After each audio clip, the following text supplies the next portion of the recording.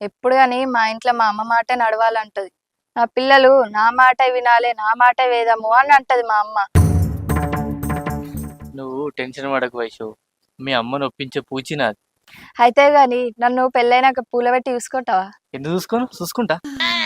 నన్ను సినిమాలకు షికార్లకు తీసుకుపోతావా? సినిమాకి షికార్లకి ఏంది, టూర్లకు కూడా తీసుకుపోతా. ఆ? అవును. అయినా మా అమ్మతో నువ్వు ఎట్లా మాట్లాడుతావు అని భయం అవుతుంది. ఇట్లా భయపడుకుంటుంటే మీ అమ్మకి మన ప్రేమ గురించి ఎప్పటికి చెప్పలేము ఇక. అంతే అంటావా? అంతే. మరి పాయిగా.